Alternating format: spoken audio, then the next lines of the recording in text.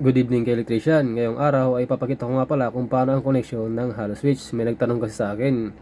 Bale, ang hollow switch pala ay iba-iba din ang design. Kung kaya itong color coding niya iba-iba din.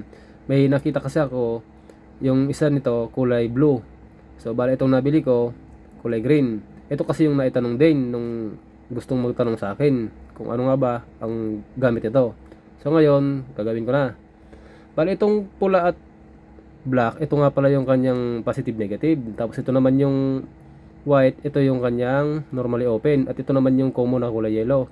Itong green, nasa normally close siya. Ito yan, oh. Yan. Yan lang naman ang connection niya, yung limang yan. So gagawin ko na ngayon siya. Gagawin ko, itong kulay green, ikakabit ko kagad siya dito sa may ilaw. Ito, oh, 12 volts nga pala yan. Kasi nakakuha tayo ng 12 volts. Yan, oh. Dito kayo ikakabit sa kulay pula. Pasensya na, ang ingay ng aso. Yan. Kakabit ko yan dyan. Tapos ito namang puti at red, pagsasamahin ko na. Para kapag halimbawa nagpindot ako ng hollow switch, gagana yung ilaw ng hollow switch. Tapos itong black naman, pagsasamahin ko sa black din ng ilaw. Ikakabit ko siya sa battery. Ito yan. Ito yung black negative ng battery. Itong isa, nilagyan ko ng kulay red kasi ito yung kanyang ano. So, ito yung ikakabit ko sa may battery. Itong yellow, ito yan, oh, papunta dito. Umiilaw na nga siya eh. Umiilaw na yung kulay. Ito, umiilaw na. Mahina na ang charge ng battery ko. So ayan. Isus ko po, magsa-short pa.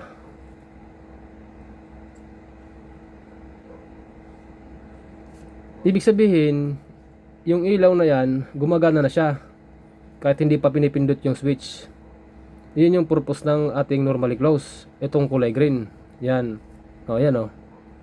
Hindi ko pa pinipindot yan, gumagana na yung ilaw. Pero pinindot ko yan, mamamatay yun. Kasi, ang gumagana na ngayon, yung normally open, nandito sa may switch. Ayan o. Baliktaran siya. Pero pag ito, kinabit ko tong puti, doon sa may kulay green, gagana na rin tong ilaw. O, ayan ah. Ililipat ko.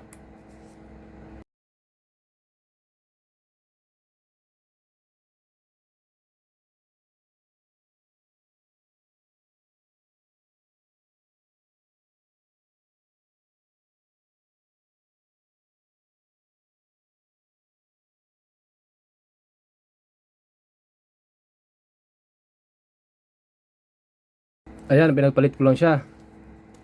Yung kulay green, nilipat ko dito sa may hollow switch. So, ibig sabihin, umiilaw na siya, oh. Yan, umiilaw na siya. Ando na kasi, oh. Sa kulay red, yung kulay green. Pero pag pinindot ko yan, gagana naman tong ilaw. Kasi nilipat ko yung puti, yung normally open sa may ilaw. Ayan, oh. Oh, baliktar na siya. Normally close yung kulay green.